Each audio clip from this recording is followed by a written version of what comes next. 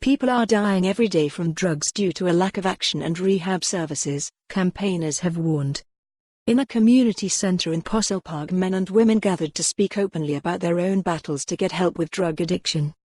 Many spoke of family members who have died and others they fear will die if urgent action is not taken. Favor, Faces and Voices of Addiction, produced their report working together to challenge stigma and save lives. It makes 23 recommendations to government to make stopping drug deaths a priority, including increasing the budget for residential rehabilitation and offering a range of treatment services. Annemarie Ward, chief executive of Favor, said they have been told there's no demand for residential rehab. She said, "Trust us, there is a demand.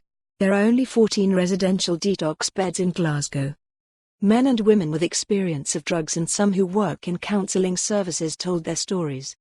Scott Milligan, a former drugs worker, spoke of a friend who died earlier this week and 2 others he knew. He said, "Good people, not bad people, just people who made some wrong choices." Street Valium is a huge concern. Mr. Milligan said it is being sold cheaply at £20 for £100 pills. He added, "I am massively worried for the kids of Possilpark. The only way people are getting out of it is you die or go to prison." Stephen Murphy said, "We can all agree what we've been doing hasn't been working." He also said Etizolum or Street Valium has had a huge impact. He said, "Since Etizolum came on the scene this year, the fake pills have caused 700 deaths. It is the biggest factor in the rise in drug deaths." He said the drug death crisis can be tackled if there is the will to do so by authorities. Mr. Murphy said that in 2005 Glasgow was the murder capital of Europe. Then the Violence Reduction Unit was set up and it is now being used as a model for others. He added, "This shows there is hope and this can be tackled." People lined up to tell how more rehabilitation beds are needed.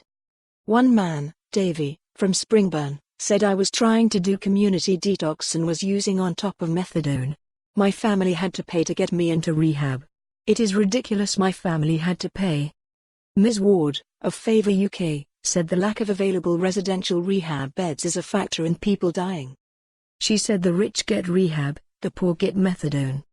Ms. Ward said she is in recovery and 21 years later feels she has broken the intergenerational cycle of drug addiction that exists in many families. Victoria Campbell is currently in Phoenix House Rehab. She said, "I've had a heroin addiction for 20 years and been on methadone for 17. I have cost the country a fortune in services from harm reduction to social work and probation services." 6 months. For more on this story, visit the news article link.